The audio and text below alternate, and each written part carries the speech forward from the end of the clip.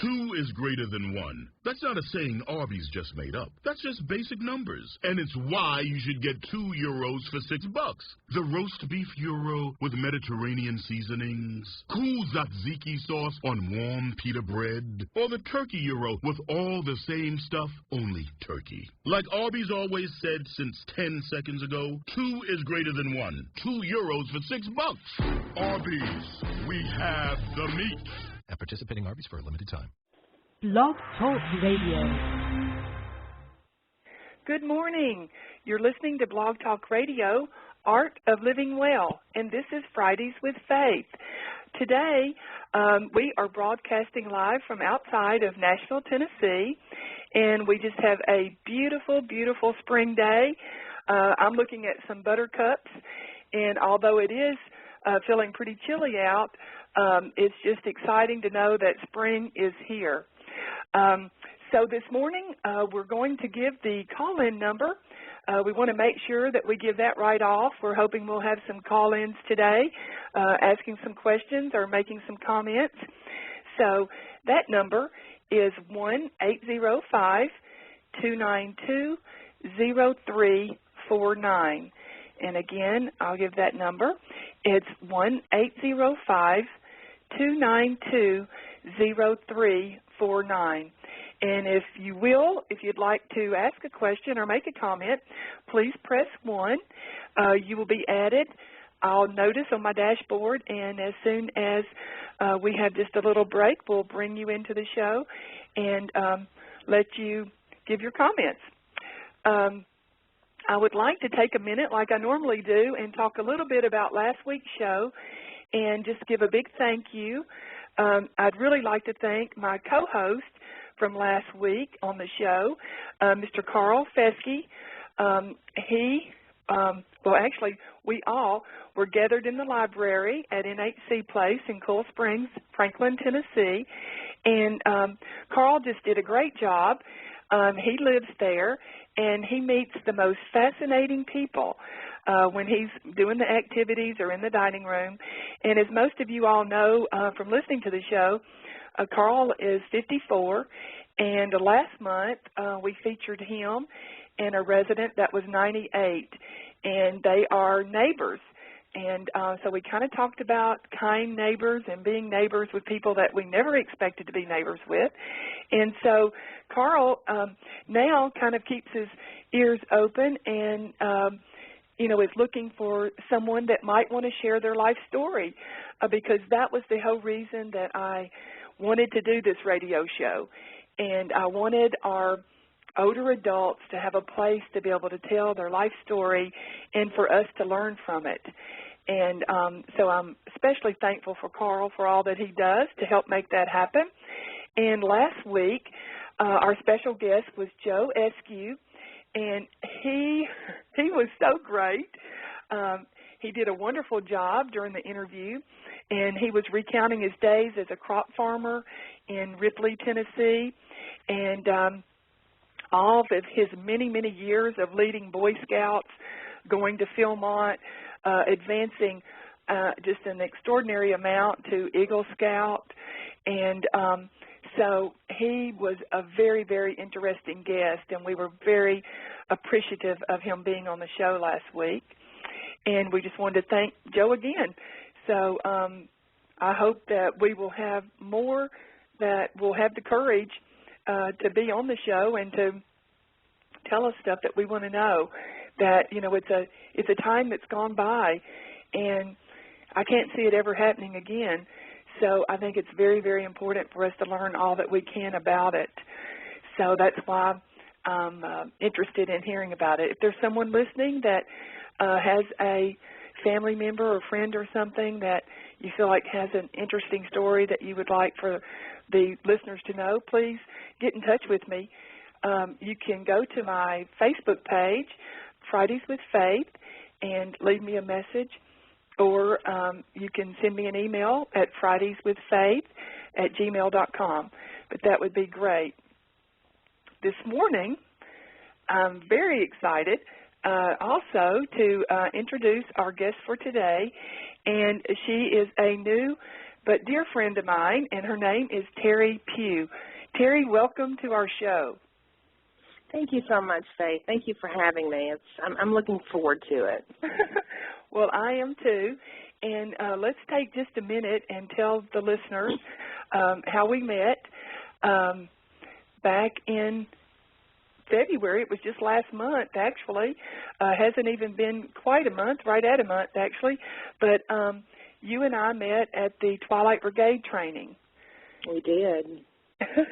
And that was in the works for so long, probably almost 2 years.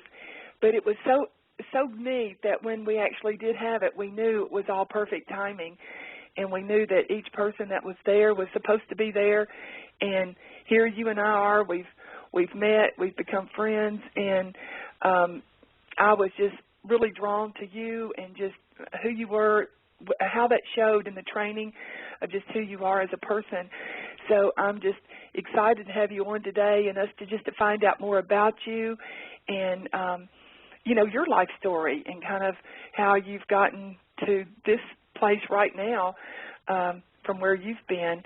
So would you kind of tell us a little bit? I know that you're also a licensed massage therapist and a Reiki master and a grief recovery coach. And so maybe you start us off where you would like to and just tell us a little about yourself.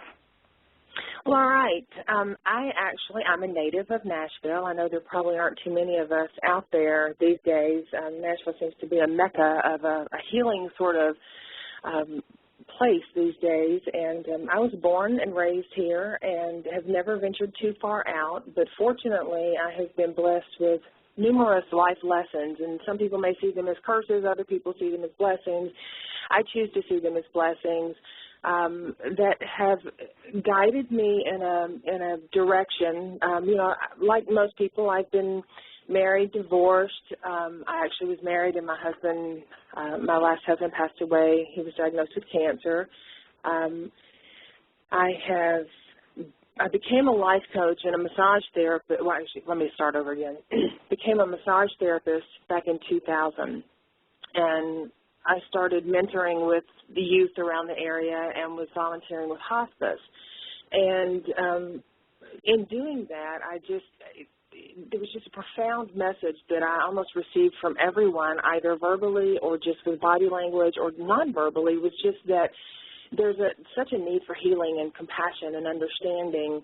And I don't know how, other than just the divine, guiding me, I ended up wearing all these hats in the healing arena. I don't claim to be a healer by any stretch of the means, but I do so much enjoy working with people and sending out those small ripples that transfer into bigger ripples and kind of make the world a better place. I've got a daughter who is 20 years old and in college, and now that she's in college, I'm actually focusing on writing my book again and all that kind of stuff. And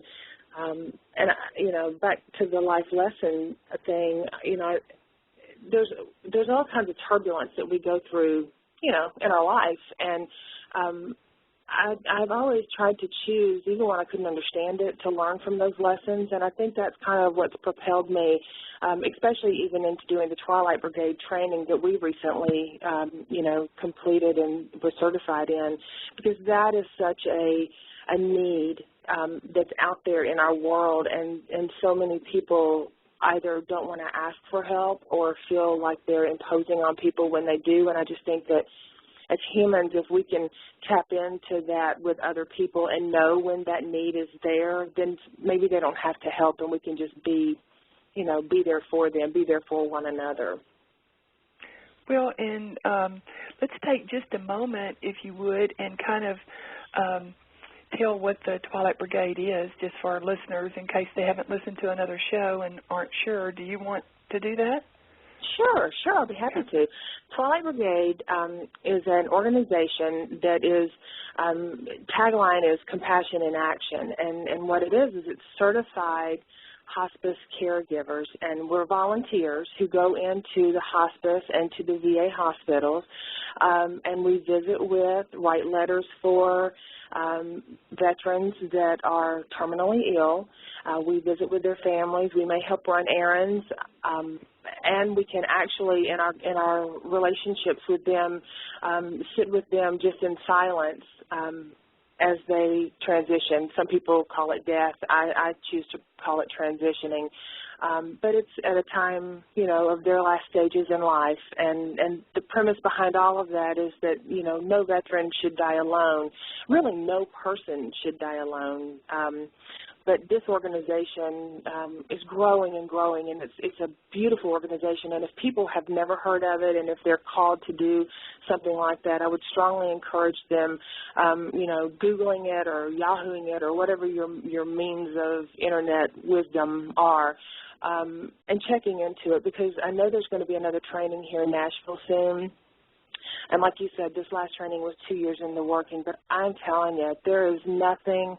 I thought I had my stuff together and, was, pretty good and pretty balanced and stuff. But I'm going to tell you, the connections that you make with the people in these classes and the level that it takes you into a deeper compassion, it's unbelievable. I mean, I think you can probably attest to that too. It's just you walk away from those trainings knowing that you have the tools and the confidence to sit with someone in their time of need, and make their life for the time that they have left a better place. And it's a beautiful thing. Definitely. Well, you did a great job explaining it. And what we'll do is we'll list the website on the Fridays with Faith Facebook page. So, therefore, if somebody wants to go, they can go there and click on it and find out more about it. And that's great. I took the training in July of 2009 in Birmingham, and it was definitely a life-altering experience for me, and it was beautiful. And so that's why we were so pleased when it all came together in divine order and timing. And we were able to have it last month. And I just want to say a thank you, too, to Lee McCormick at the Integrative Life Center, because that's where we had it. And he hosted it for us, and really helps because since it is a volunteer organization, the training fees are kept to a very minimum. They're actually suggested donation, and I think they're probably going to be around $100, but they've had to increase just a little, but basically that's what made it so much more available and possible, because we were offered that beautiful space there to have it in, and as a gift to us and to the Twilight Brigade and to Daniel Brinkley, that is the founder of Twilight Brigade. So we won't go into any more of that on today's show. I'm hoping actually that we will have several of the people that were involved in the training, that we all be on a show together and talk about just how it meant to us personally, not the specifics of the training, but just how it has impacted us. Oh, that would be lovely. Really, just even in our everyday life, because it does. It for me, I see everything differently, with more depth and more meaning in just the most casual of encounters. So I'm very appreciative of that, and of Daniel Brinkley for bringing that back to us after his near-death experiences. Okay, so let's get back to kind of your journey here. And so did you have a career prior to going into massage therapy? I did. I had a smorgasbord of careers. I have been a travel agent. I went to college. I went to college, 4-year college, and then I decided I didn't want to do the 4-year track, and so went to a junior college and became associate's degree in accounting and also in travel. So I was a travel agent for several years, and then I was led into the field of working with adult, mentally and physically challenged adults. And I did that as a coordinator, working with them working with our clients, teaching them life skills, where to get on their bus, where to get off their bus, how to cook their meals, how to count their change, dressing themselves, all those wonderful life skills. And, you know, as anyone knows, in that line of work, your pay is never what you would hope it would be. But I'm going to tell you, Faith, I would do that the rest of my life if that organization, Progressive Directions, was still in Clarksville, because there was nothing that enriched me more than doing that. I loved my clients that I worked with, and I got to be with them for about 5 years. And then I got married, and I actually had moved from Nashville to Clarksville, got married, and then moved back to Nashville, and then had my daughter, and, you know, I worked as an accountant person at a trucking company in Nashville doing their payroll, and I have just done everything. I actually am at a local university here now, here in Nashville, working as an administrative assistant. But massage and the healing arena has always kind of been a draw to me, and it's not something that I chose. Just like with grief recovery work, I didn't choose that per se. It really chose me because of the experiences that I've had in life, and you know, the turbulence that I've personally gone through. You know, people have said to me, I don't know how you do that. How do you do that?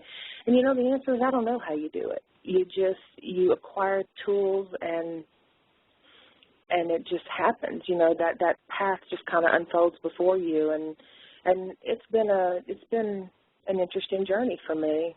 So I'm looking forward to the next half. So how did you make that switch over then when you started going to school to be a massage therapist? Well, I was working full-time, and at that time I was working full-time. I was a full-time mom, and I was newly divorced. And so my mother and my family, the whole it takes a village thing, I called on my village. And so I went to school at night to be a massage therapist, and where most people could get out of it doing full-time in 6 months, it took me 2 years. But in those 2 years, you know, I was in it for the long haul. So I really absorbed everything there was to absorb, and once I finished with the massage, I went on into the Reiki, and it was one of those things where, you know, you take that one step, and then another door opens and another door opens, and I just felt my soul literally just nourished by all of the people that I was, you know, drawn to, surrounded by. It's just a new world, you know, just a new world to me as far as a kinder, gentler world than kind of the cynical world that I had been in for so long. You know, I don't really know how. I know some people will say, you know, well, massage therapy to life coach, you know, what's that all about? And it's, you know, again, it's just another one of those enfolding, you know, just kind of, they unfold, but then they also kind of dovetail together. And so, yeah, I became a licensed massage therapist and neuromuscular therapist, and I've, you know, the prenatal, the geriatric, I've done equine, you name it. I just jumped right into it and just lived it, breathed it. And I did actually go back to work. I had my own practice for 8 years on Music Row, and absolutely loved it. And then my daughter was getting older, and I knew that she would be going to college, and there were health, you know, insurance benefits and all that stuff, so I got a full-time job. So I've actually balanced a full-time job with my coaching and whatnot, and it's actually turned out really well. It seems to work out for me and my clients, which is a blessing. Oh, that's great. And I can totally relate to the kinder, gentler world that you're talking about. It seems that my experience has been, you know, as a you know, of course, a licensed massage therapist and healing touch practitioner, which kind of coincides there with your Reiki, is that it seems to be a different focus than it was when I was a mortgage loan officer with Bank of America. Just everything about it switches, and it becomes a lot more about, I think, the person's overall being as opposed to just, you know, of course, it's only natural in the corporate world, you know, you're just doing whatever it is at that particular moment for that particular task or reason that you're there, where it seems like when they come to us or come to me for body work, then, you know, their whole being is being addressed in some way. And it's just, it's so fulfilling for me. And I can tell it is for you too. It is. When I received my certification to be a holistic life coach, I received that through Radiant Health Institute here in Nashville, Tennessee. And, you know, I've always said, you know, I've been life coaching my entire life. I just didn't know what you called it, you know, and I, from an early age, have been doing that. And there are techniques, and there are definitely, you know, you fine-tune those gifts that you have. But there is a different arena, and I think that, you know, people that are in when I say the healing arts, you know, whether it's massage or, you know, the aromatherapies or the Reikis or whatever the modality is, there's a need for that because I personally believe that our society and our world has become so desensitized to their own actual feelings and their own actual existence at some times that there's that inner part of us that cries out, you know, that they need some compassion, some, you know, they're hungry for that. And when people actually take care of themselves, I tell my clients all the time, massage is not a luxury. It is a necessity. You know, I mean, it truly is to balance and to rejuvenate and just for, you know, a brief peace of mind, you know, while you're on that table or on that chair. You know, taking care of ourselves as individuals is paramount in having a healthier, happier world overall. I mean, we can't, if we don't take care of ourselves individually, collectively, the world suffers, you know. Definitely. And, you know, the part that I find, because when you were talking about, you know, the nurturing and all part of it, and it's so missing in so many ways. You know, everyone, it's kind of like everyone has pulled back kind of emotionally. And then that also translates physically, you know, because there's so many, you know, issues around touch because you know, there's a lot more of awareness of all the ways that there's inappropriate touch, and so it becomes, you know, kind of, you know, people are kind of standing back.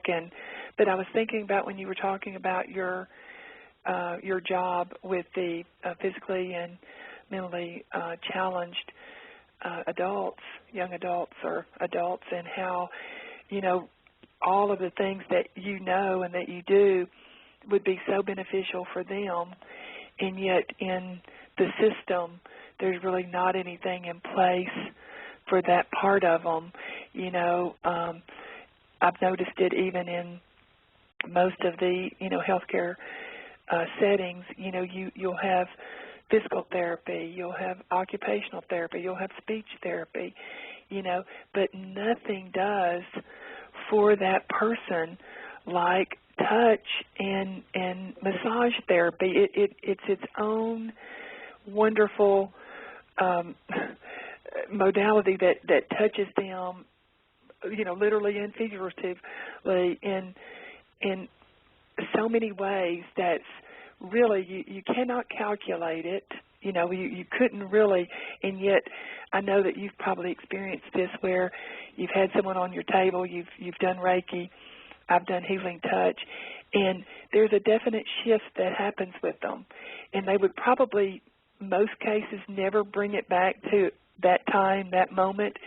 But I know, because I know that something happened and there was a shift that took place, and then they are no longer that same person that they were before they got on the table at that time. Absolutely. And it's just go ahead. It's kind of like once you step outside, once you allow yourself to step outside that known paradigm that you live in, like that your existence, you know, and then you have healing touch or any kind of, you know, whether it's grief work or aromatherapy or, you know, once you awaken that part in you that has been sleeping for so long, it's very hard to ever go back within that parameter again. And that's really a beautiful thing, because it just means that you are coming into a fuller, expanded, higher self, you know, and a lot of people might not, like you said, might not look at, you know, having a massage or, you know, the healing energies and stuff done, and some people may brush that off, but there's a part of them that recognizes that, and it does change them, you know, and it's a beautiful thing. It really is. You're talking about with the clients that I worked with in Clarksville, just an example of how aromatherapy or healing touch could benefit them and does benefit them in so many ways. There was we had a set of siblings that were in their 60s at the time, and they were not in a capacity in which they could actually work, but they did come to the center. Their father brought them every day, and they stayed there. And one of the younger brothers, who, when I say younger, he was probably 55 years old. Anyone who knows me knows that I wear essential oils as perfume or whatever you want to call it, but it's just kind of who I am. And Henry, every day when I would come in, he would be very agitated, and he was non-vocal or verbal, and very agitated, and he would come in every morning and sit down at me beside the table and take my hand and hold it up to his nose, and he would just sit there and just smell my arm, you know, my wrist area.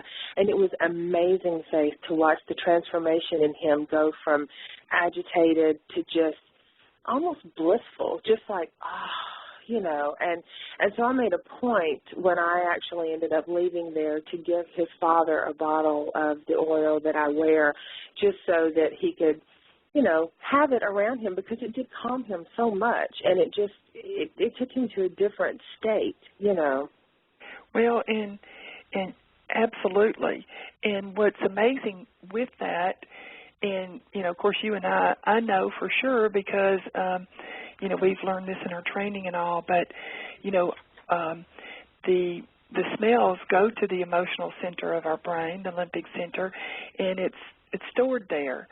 And so those emotions, when he smells that, even when you're not there, it's going to evoke the memories of how he felt. And what is so amazing was how you made him feel, which must have been safe, must have been cared for, you know, all of those that makes him feel nurtured. And so right. You know, it's so powerful. But yet the way I see it is in such a, like we said before, a beautiful and subtle way.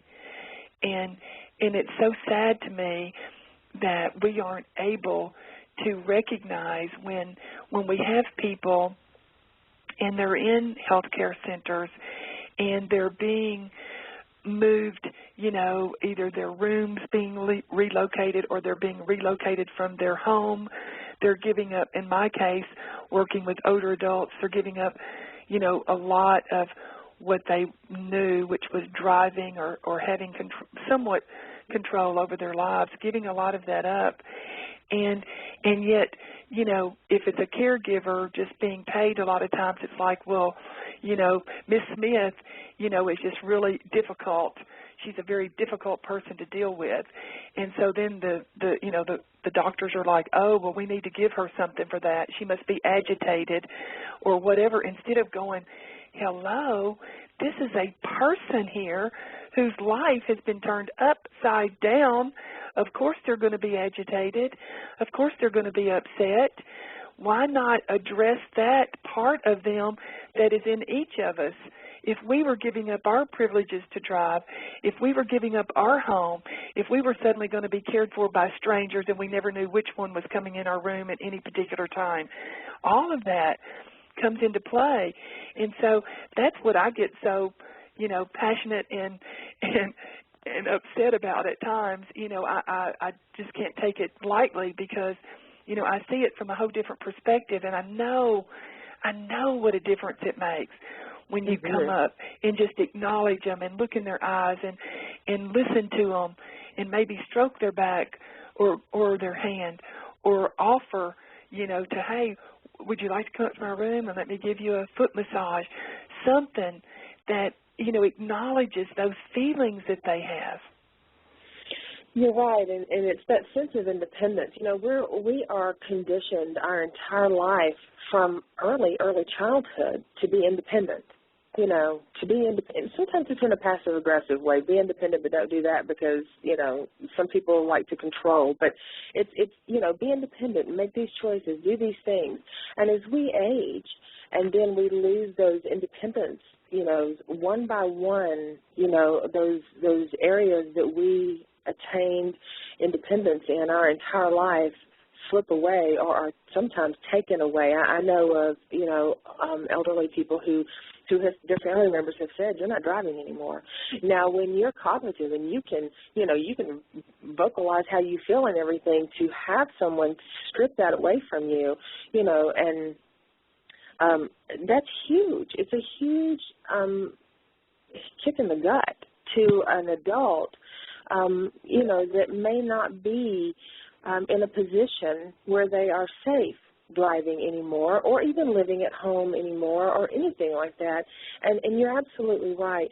If people could just hone in on that,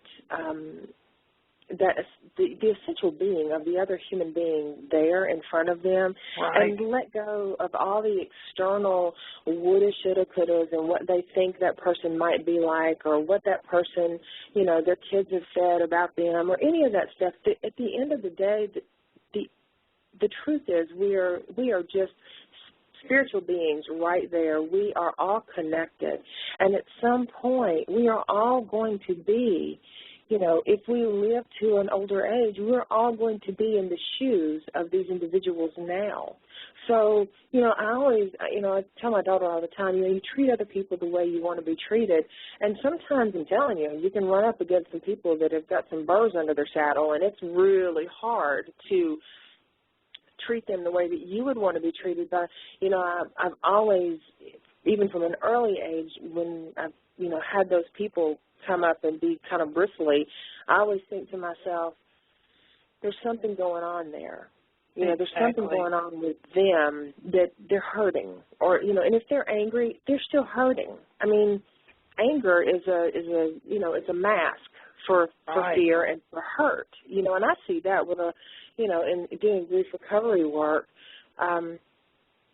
we tend to want to wear a lot of masks in our society and, want to say that everything's okay and that, we don't want to show emotions or, those kind of things because, we're weak if we do that. And the truth of the matter is we're not weak at all. We're human beings.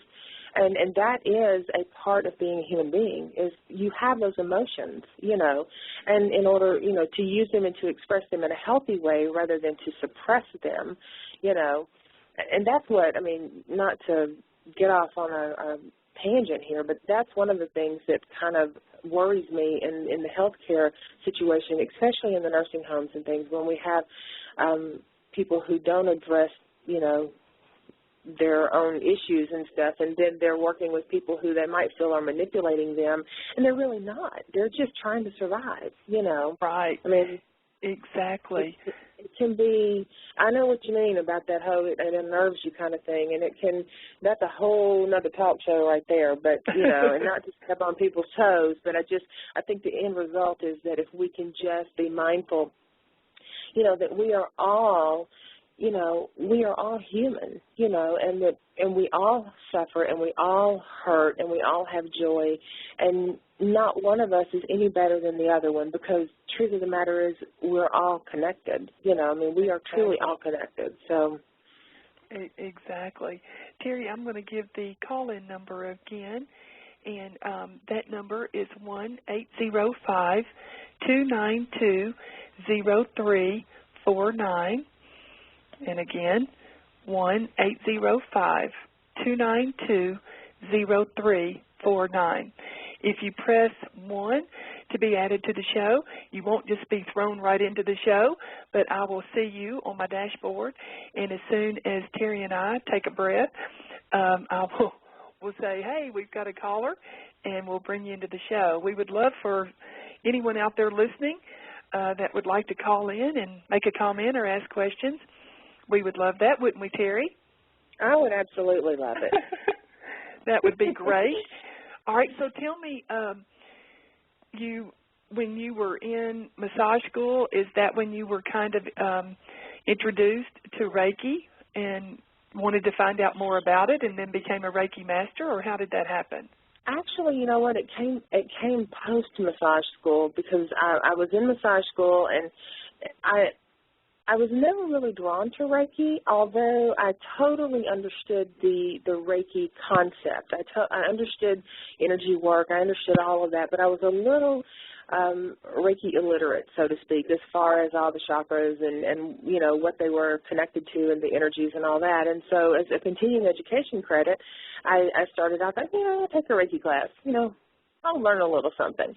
And then I was just immersed in it, and I absolutely loved working on it. Now, I don't do individual Reiki sessions, but I do incorporate that when I do my massage. And so because I believe that we are always being energy beings that we're always exchanging energy. It's that same thing as if you're walking, and someone walks up behind you, and you have that kind of that ick factor where you're kind of a little heebie-jeebied out because you know somebody's behind you, but you don't know who it is, and maybe it's a stranger, but your energy senses that, and we have our internal little barometer going on there, and that's a form of energy, and that's what I actually tell my clients when I'm working with them is that if you pay attention to it and if you notice it, you feel energy around you all the time, So I went on, I did, all of the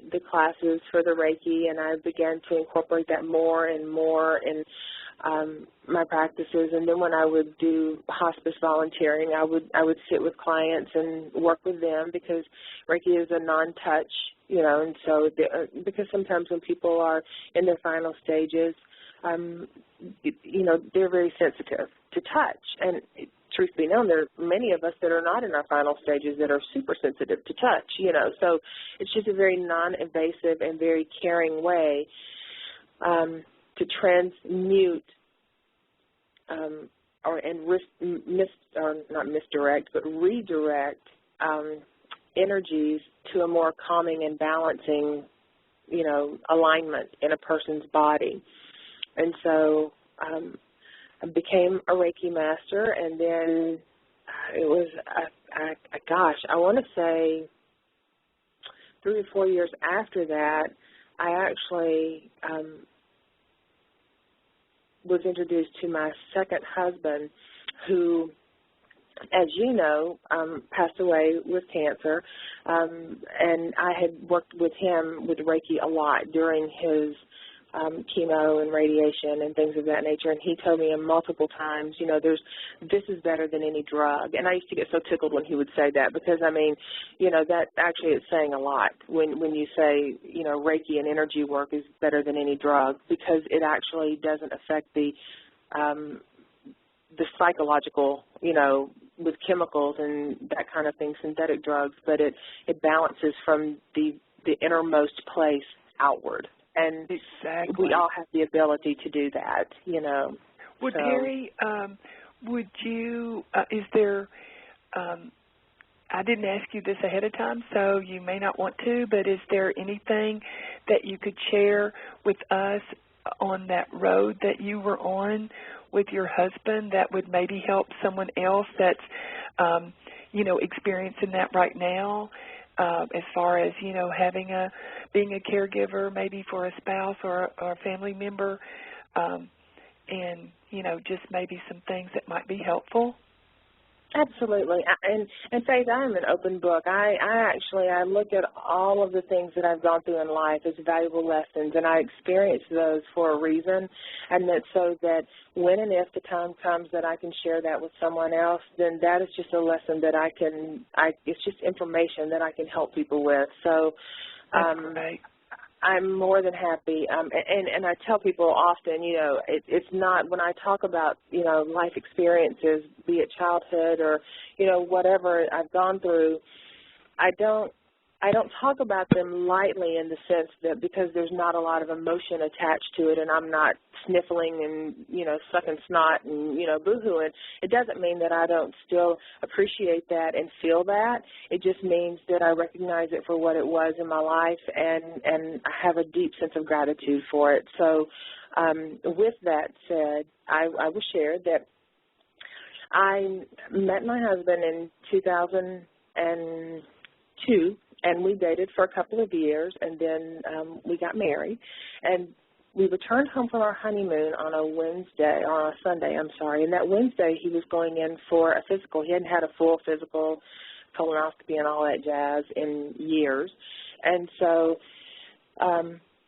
he went in, we took him in for his physical, and that Friday we got a call from the doctor saying, "Can you come in, we need to talk." And now, granted, we're just not even a week back from our honeymoon yet, and so we go in, and he sits us down and looks across the desk at us and says, "Well, you've got cancer." And I literally could see the blood and the life drain out of Les's face at that moment. And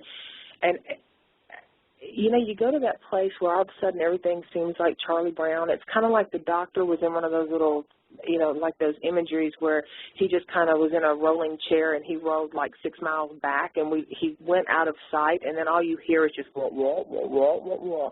And I was sitting there thinking, what did he just say? And we were told that it was stage 4 and that they would operate and do chemo and we would see where it went.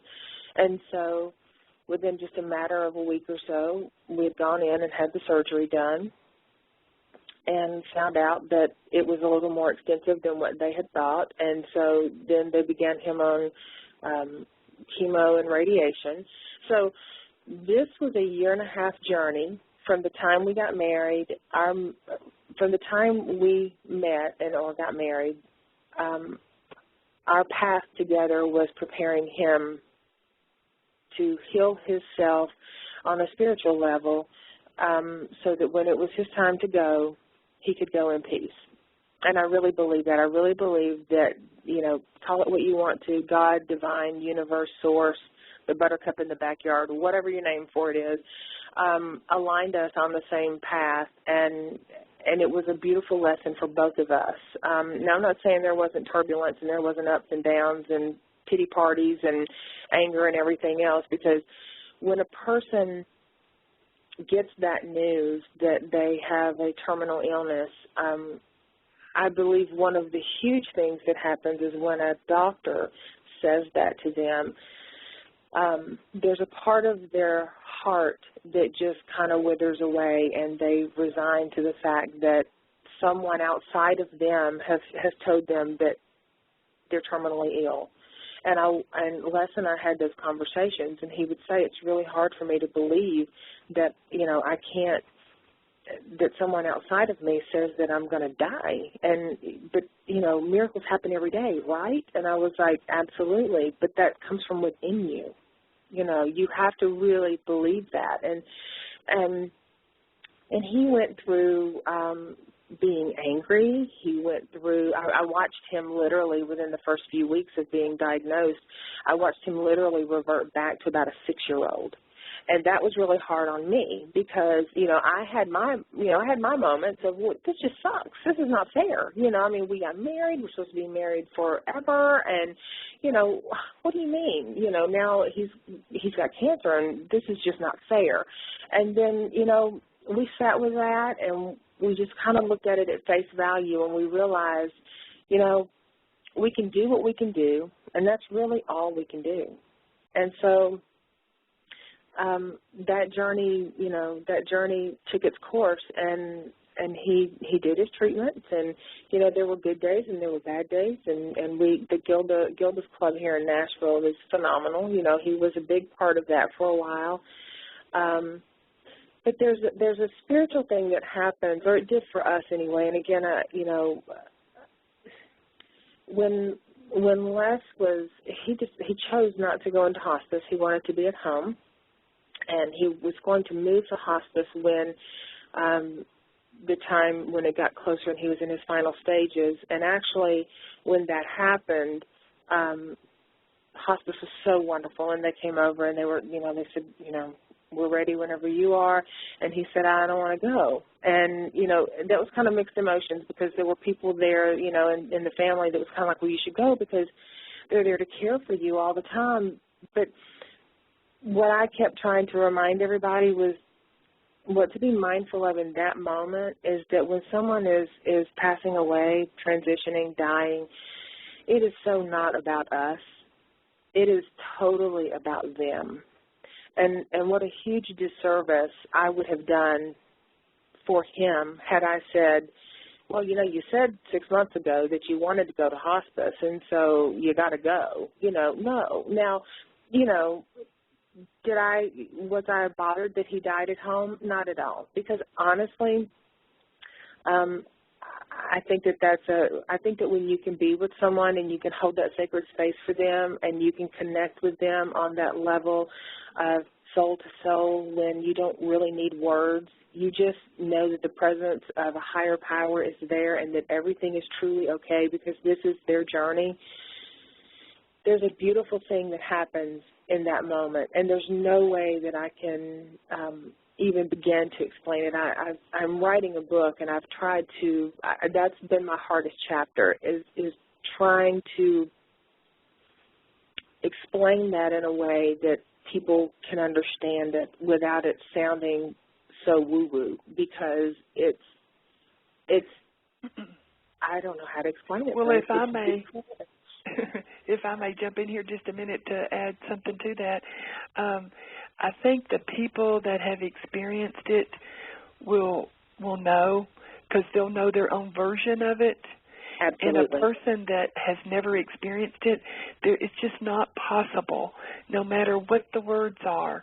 I don't think there's any way, whatever words you were to choose, that a person could understand it, because that's the reason that I feel like you and I connected at the level we did.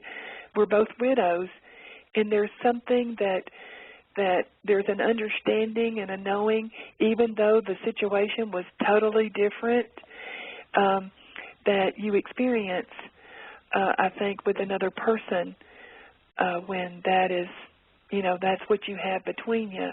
And it's like when you're there and you're searching for words, and I'm sitting here knowing exactly what my version of that is, that and words are even unnecessary in trying to explain it, because you can't, right. And that's one thing that I was left with was, I went through all of the emotions, and then I was just left with gratitude. Absolutely. Gratitude for him, gratitude that he was in my life, gratitude for all the ways that he has changed my life by having been in it, all the ways he continues to. He was very supportive of me and my massage practice and healing practice, and every time I do something, I feel like I have his blessing and he's with me.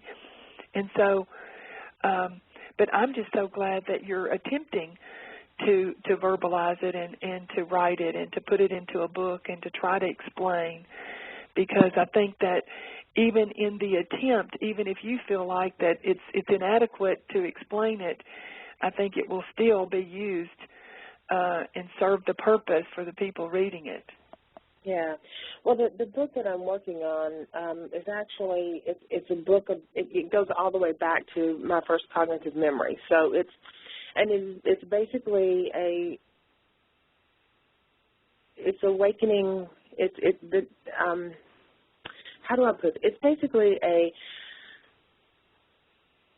survival guide of sorts of life lessons and how to look at them from a different perspective. Like I could have, been this way, but I wasn't, I mean, I had a very turbulent, childhood. I don't remember a lot of my childhood, but I do have wonderful memories in there, plugged in there sporadically.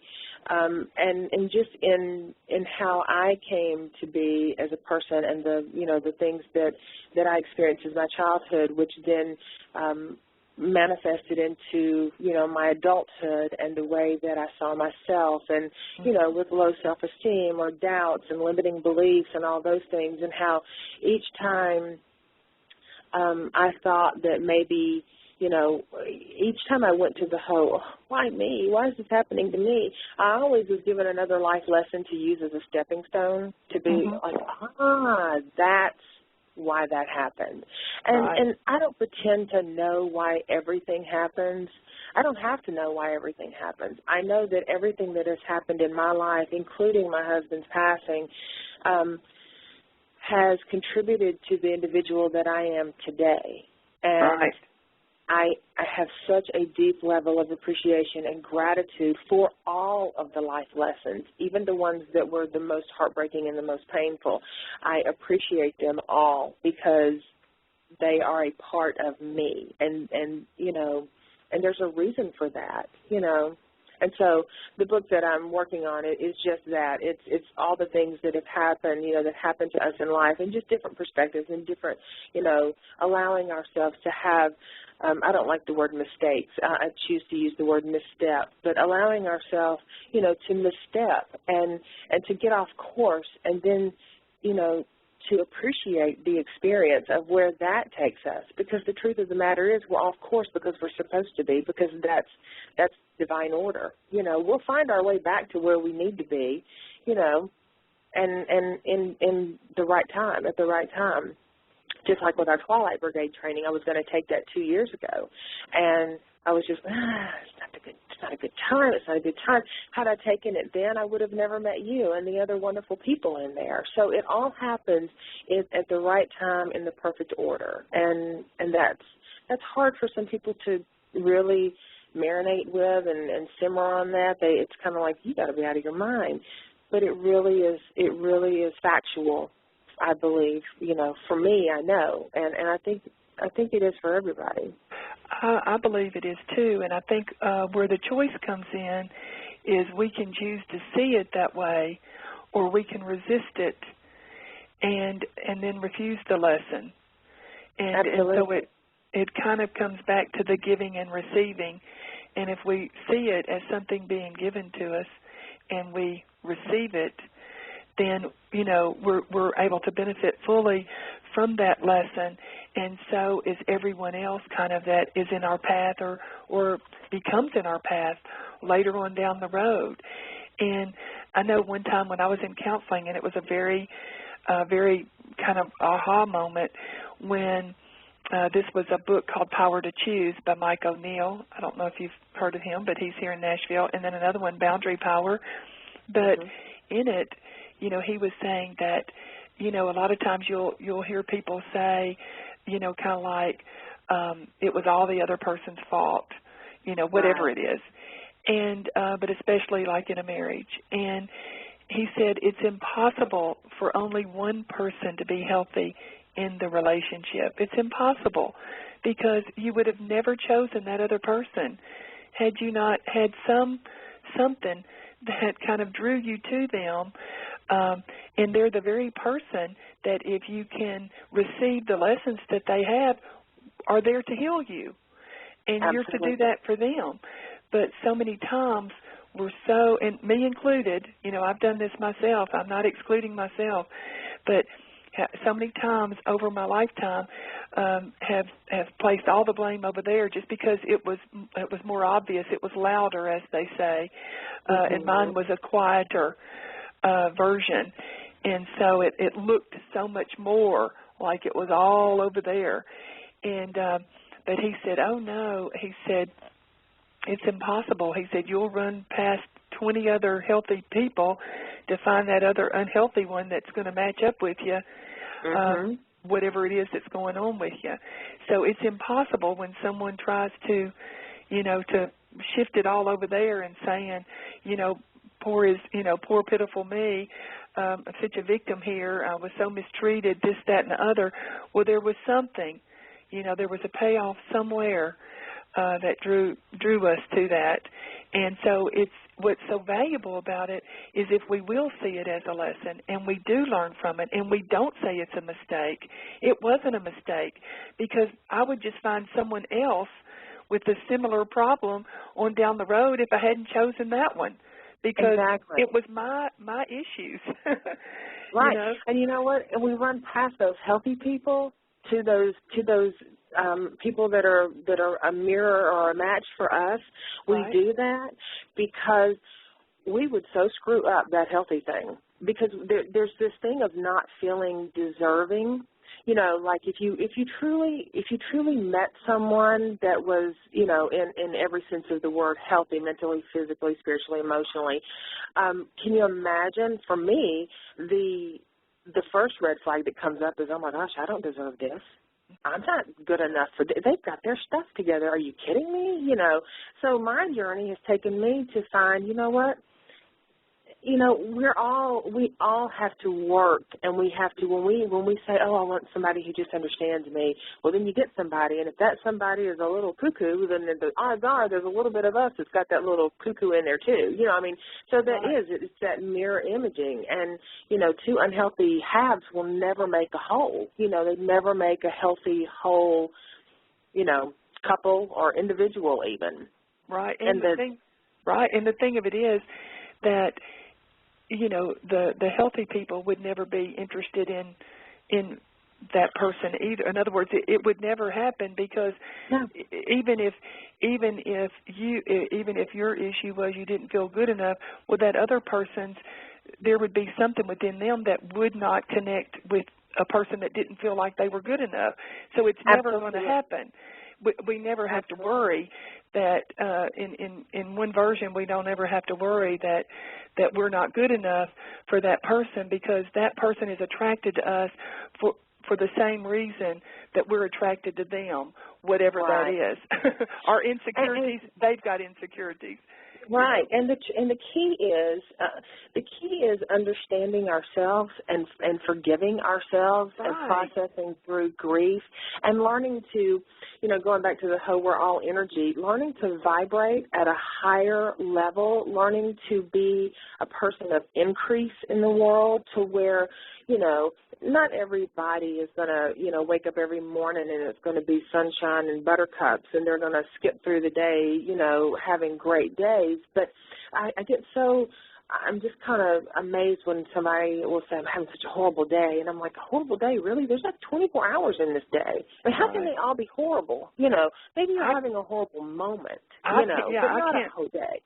I can't relate, because my father was so positive, and and that's the energy that we were raised in, and my mother she was a lot quieter, but Dad he kind of would just not listen to much that if it wasn't positive. Now, I don't agree with that either, but I think what he would do is there is a way to elevate, and I know that you can choose offense, or you can look at it and you can actually make a decision. I can be offended by this, or I can see my own, my own frailty in this, or my own flaws in this, and know that I've done this myself.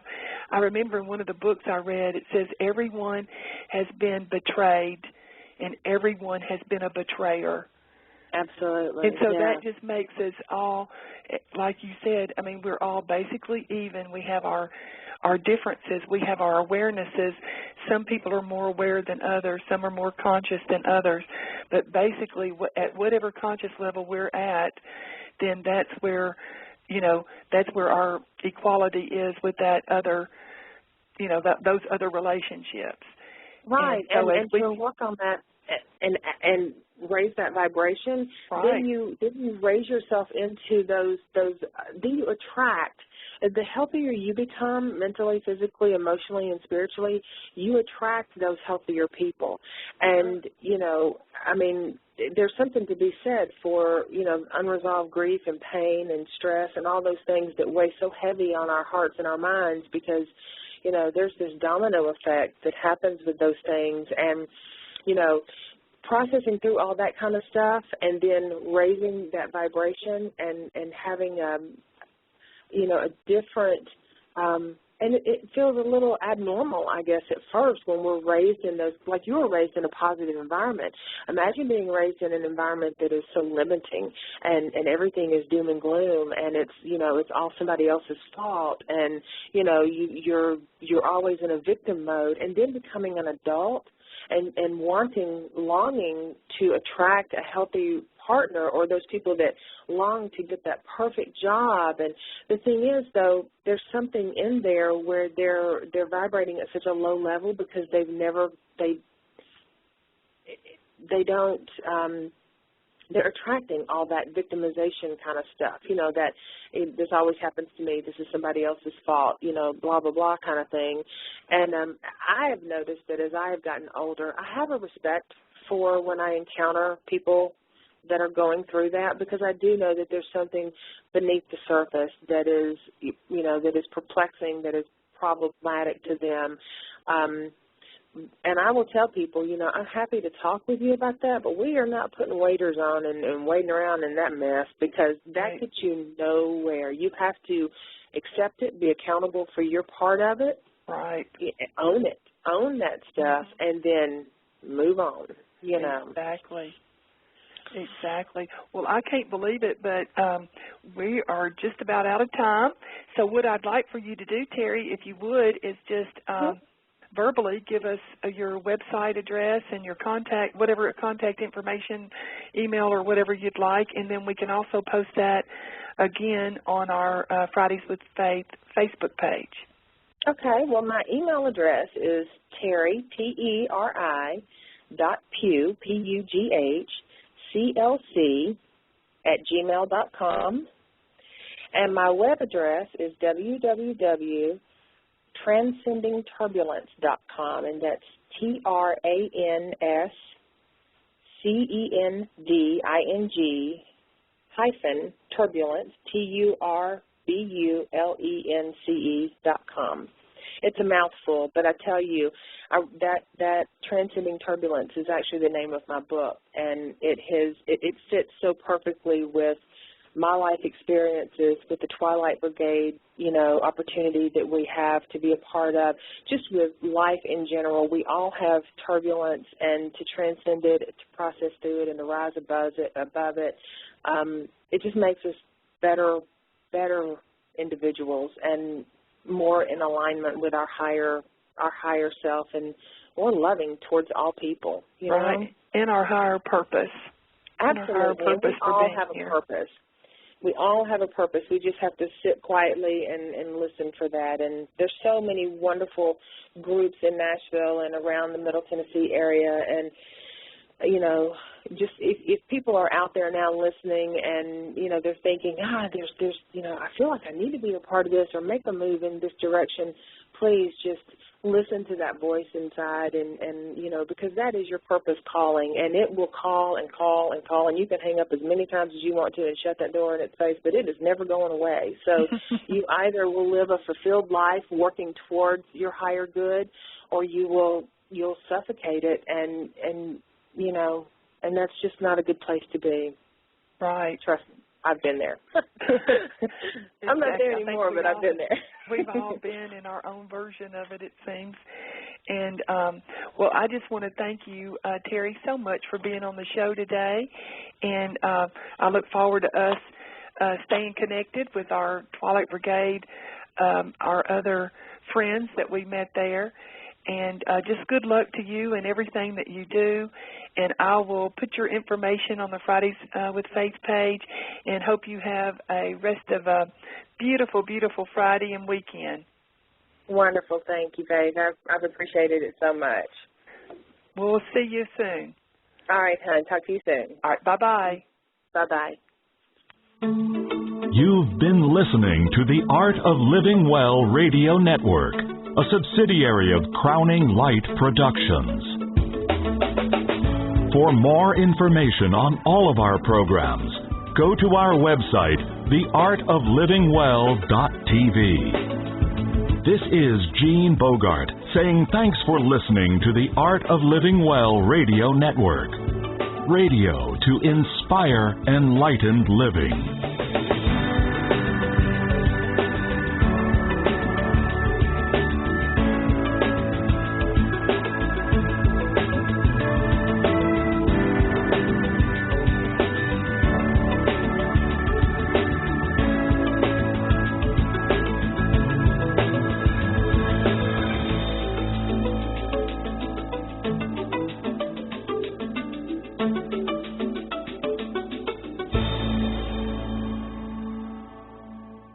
Attention teachers, students, military, and seniors.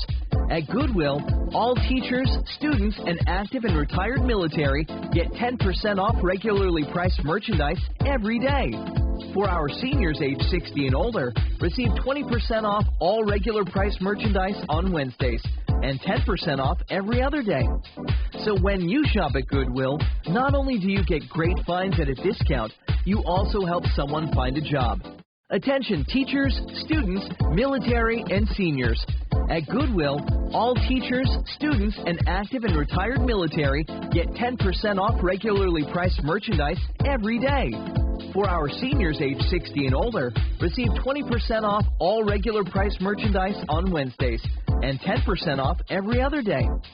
So when you shop at Goodwill, not only do you get great finds at a discount, you also help someone find a job.